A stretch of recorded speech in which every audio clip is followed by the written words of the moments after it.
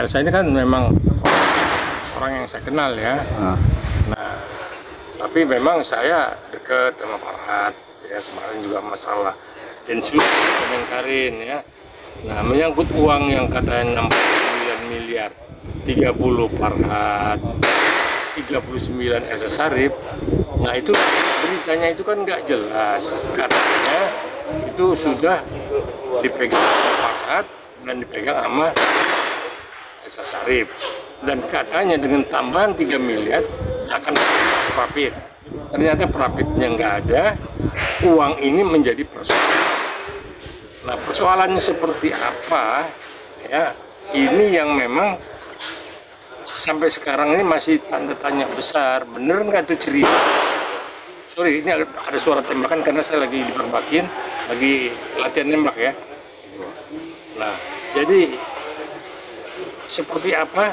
Saya pikir si pelapor, terlapor ini seperti apa juga gitu. Karena kemarin juga beberapa anggota UMKM mendatangi rumah Farhad, tapi ternyata tidak berhasil bertemu dengan Farhad. Nah, itu untuk menanyakan uangnya 60 juta mengenai uang UMKM yang dia tabung, ya, yang dia mau jalankan gitu. Nah, tapi yang 30 miliar sama 39 yang jumlahnya 69 miliar yang dititipkan oleh saya. Nah, ini uangnya siapa? Uang dari mana dan bagaimana ceritanya? Itu yang memang sampai siang ini itu masih tanda tanya besar. Bener nggak cerita itu? Nah, kita tanya aja Bung Farhad, bener nggak itu kalau ada cerita seperti itu? Nah, inilah yang memang saya tidak mau mengatakan Bung Farhad pengambil ataupun Elsa Syarif pengambil, enggak.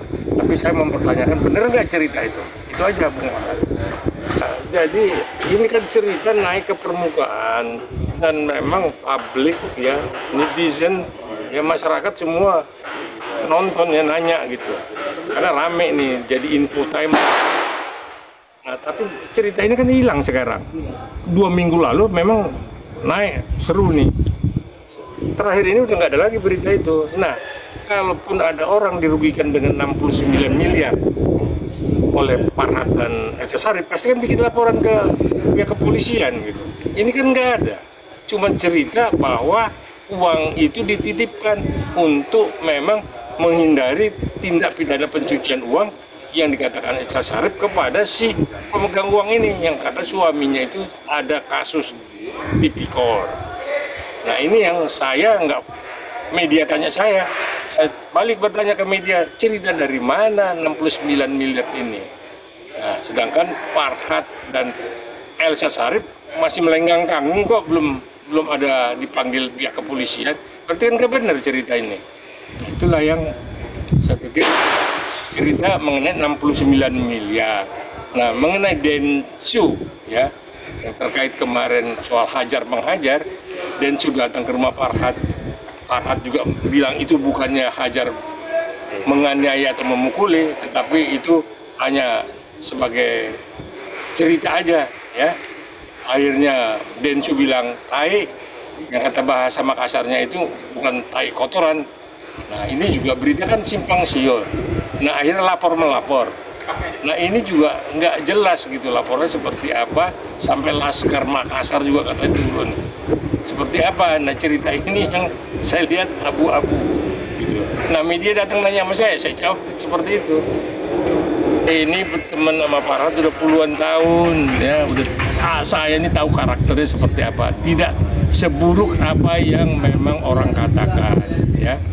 Dia memang suka comel ya, suka ngomong asal aja ya, tapi bukan menyakiti seseorang, tidak. Cuman orang yang dicomelin biasanya suka tersinggung. Tapi kalau Farhad kita tanya hatinya itu good heart. Saya tahu persis lah. Saya berteman sama Farhad lama ya.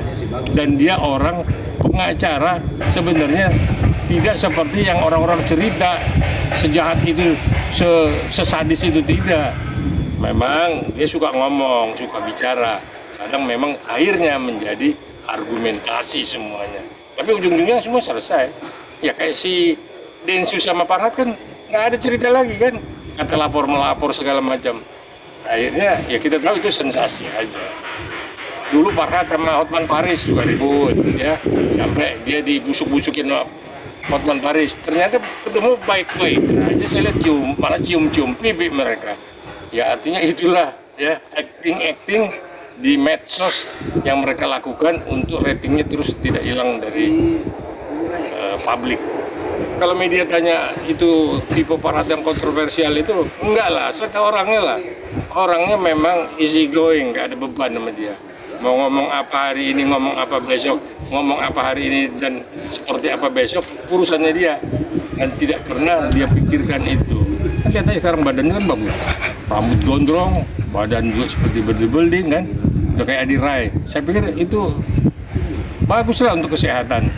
Saya pokoknya support Farhad Abbas untuk bicara di permukaan. Nah, cuman kemarin kok nggak ikut Cawapres. Nah itu kok biasanya kan dari Partai Umat beliau itu. Dalam Farhad baiklah, saya selalu simpatik lihat Farhad. Orangnya tidak ada pendendam, dia tidak dendam kepada seorang yang satu lagi itu. Apa yang kami vitamin Farhad Abbas Eksa Sarif, teman. Hari ini berteman, besok musuhan, besok saling melapor, hari berteman lagi. Ya udah, sandiwara sebab aja ini. Ini cuma cerita lucu-lucu dunia lawyer, dunia selebrita, dan ini selalu tayang di media pro dan kontra. Tapi banyakkan pro kepada jalani apa yang you anggap itu baik. Ya, you orangnya konsisten, orang baik, dan kita pun selalu mendukung Anda bicara ya. Jadi Anda juga bisa di atas dan bisa di bawah. Untuk Farhad Abbas. Kalau ternyata nanti cerita yang rame mengenai Farhad menggunakan MKM yang disalahgunakan, saya pikir yang dirugikan melapor dan ini diproses.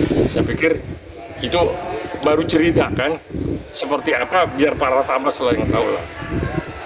Kalau ada yang dilaporin, berarti kan ada terlapornya. Siapa terlapornya? Nah, kalau terlapornya Farhad Abbas, dia bisa mempertanggungjawabkan itu, dan saya yakin dia sama uang tidak begitu tidak begitu rakus ya. Tapi dia juga selalu membela orang-orang yang memang terzolimi.